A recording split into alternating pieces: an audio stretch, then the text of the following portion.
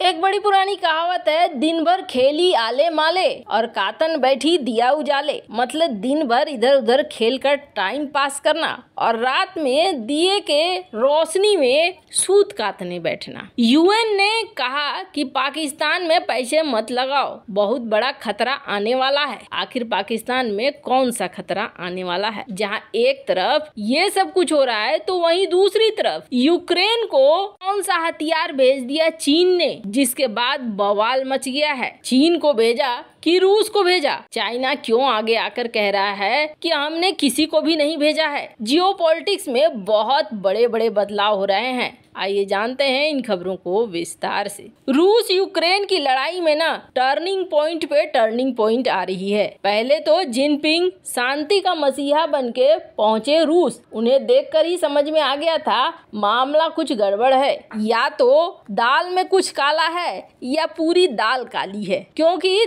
दोनों के बीच में 4.5 घंटे की ऐसी मीटिंग हुई पुतिन और जिनपिंग के बीच में, जिस मीटिंग के बाद निकले तो किसी को कुछ पता नहीं कि दोनों ने क्या बातचीत की, लेकिन दोनों के एक्शन बड़े बुरे थे। एक ने विदा किया जिनपिंग को और उसके बाद धुआंधार बारिश करनी शुरू कर दी यूक्रेन के ऊपर, और दूसरे जिनपिंग ने यहाँ पहुँचते ही ताइवान को लेकर अपनी पूरी प्लानिंग शुरू कर दी। ताइवान को घेर भी लिया। दोनों को देखकर तो ऐसा लगता है कि कमरे की बैठक में शांति वाली कोई बात हुई ही नहीं है। अब यूक्रेन ने कहना शुरू कर दिया कि हमने देखे हैं जो रूस के हथियार हैं ना, उन हथियारों से बहुत ऐसे कंपोनेंट निकल रहे हैं, बहुत ऐसी चीजें निकल रही हैं जो चीजें चाइना की है। यानी कि चाइना यहाँ पर दे रहा है हथियार रूस को। अब इस बात का आरोप अमेरिका ने भी लगाया था। अमेरिका ने भी कहा था कि चाइना रूस को हथियार दे सकता है, लेकिन बाद में इसे बहुत ज्यादा कड़ाई रूप से नहीं कहा गया। वैसे आपको बता दें, रूस इस वक्त दुनिया भर में जासूसी भी कर रहा है। इसकी वजह से नॉर्वे ने भी, जो यहाँ पर देख रहे हैं आप मैप में, इन्होंने भी 15 रूसी राजनयिकों को निकाल दिया है। अगले टारगेट पर कहीं नॉर्वे तो नहीं है।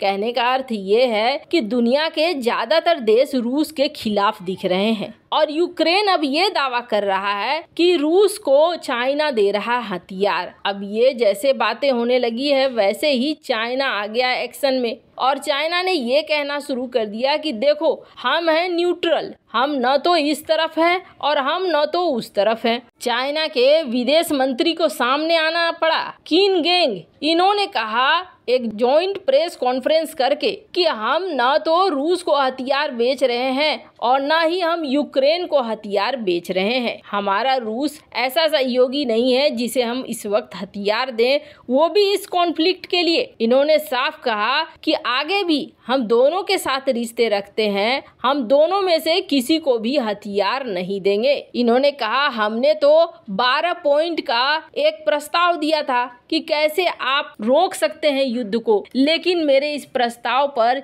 यूक्रेन का कोई जवाब नहीं आया। इस वजह से ये प्रस्ताव ठंडे बस्ते में चला गया। बाकी हमारा कोई इरादा नहीं है दोनों के बीच युद्ध भड़काने का। वैसे पर इसके अलग एक खबर ये आ रही है कि चाइना के फार्म अब मिलकर खुदाई कर रहे हैं रूस के अंदर, या फिर ये कहें यूक्रेन के अंदर। हो क्या रहा है, रूस ने डोनेट्स्क और लुहांस्क पर कब्जा कर लिया है, उसके बाद इसे आजाद घोषित करा दिया और फिर ये रूस में शामिल हो गए। इतना कुछ होने के बाद यहाँ खुदाई शुरू हो गई है और खुदाई होकर कई तरीके के रेयर अर्थ मटेरियल यहाँ से निकाले जा रहे हैं, जिसमें एक कॉपर भी है। कॉपर और कॉपर के अलॉय जिनकी कीमत करीब $852 मिलियन है। कहा जा रहा है अक्टूबर से लेकर फरवरी के बीच में इतने का सौदा किया गया है रूस और चाइना के बीच में, और वो भी कहां से, वही लुहांस्क और डोनेट्स्क इलाके से इन्हें निकाला गया है। वो भी तब जब अमेरिका ने यहाँ प्रतिबंध लगा रखा है कि इस इलाके से कोई व्यापार नहीं होगा। इसके अलावे भी बहुत तरह के प्रतिबंध लगाए गए हैं, फिर भी चाइना की कंपनी खरीद रही है इन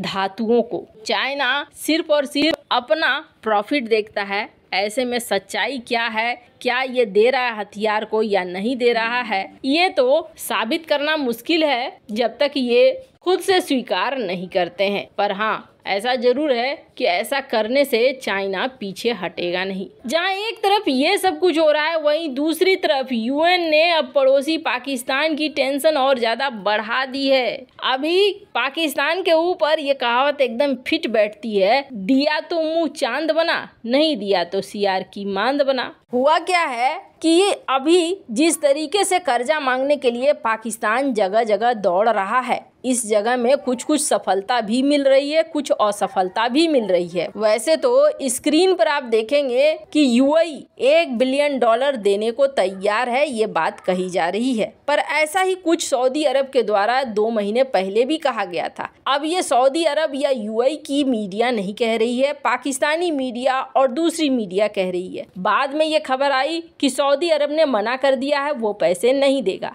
तो जब तक पैसे आ नहीं जाए पाकिस्तान के अकाउंट में, तब तक ये इस वक्त झूल ही रहा है। और पैसे नहीं देने के बहुत सारे वजह हैं। इसमें से एक बड़ी वजह यूएन भी बन गया है। यूएन ये कह रहा है कि लाख जतन कर लो, पाकिस्तान को कोई बचा नहीं सकता है। आखिर कारण क्या है? यूएन ने जो बात कही है उससे अब ऐसा होने जा रहा है कि यूएन को जल्दी कोई कर्जा देगा भी नहीं। एक तो स्वीडन भागा, स्वीडन के भागने से पहले चाइना भागा, और भी कई देश पाकिस्तान से निकल रहे हैं, क्योंकि उन्हें समझ में आ रहा है कि यहाँ के हालात इतनी जल्दी हल होने वाले नहीं हैं। और यूएन ने ना दुगना कर दिया इनका जो संकट था। आर्थिक संकट से घिरे पाकिस्तान पर जो कर्जा है पहले से, उसको लेकर एक बड़ा रिपोर्ट इन्होंने जारी किया। और उन्होंने कहा कि ये मत सोचो कि अगर यूएई पैसे दे देता है, सऊदी अरब पैसे दे देता है, आईएमएफ पैसे दे देता है, तो पाकिस्तान सुधर जाएगा या पाकिस्तान की सारी स्थिति सुधर जाएगी। पाकिस्तान का बर्बाद होना तय है, इसलिए क्योंकि पाकिस्तान के ऊपर इस समय कर्जा है 4 खरब पाकिस्तानी रुपए का।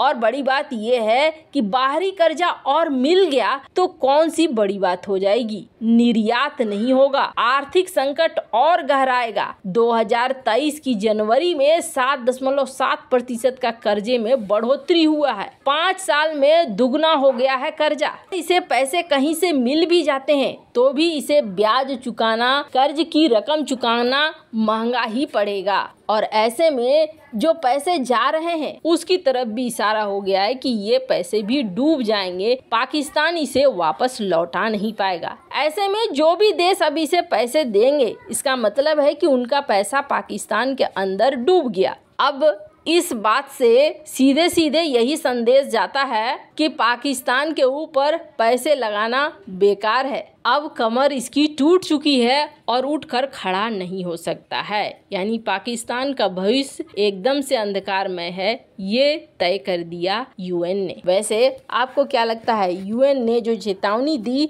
ये चेतावनी पाकिस्तान के लिए काल बन गया? कमेंट कर अपनी राय जरूर बताएं। जल्द मिलते हैं अगले वीडियो में नई खबर के साथ।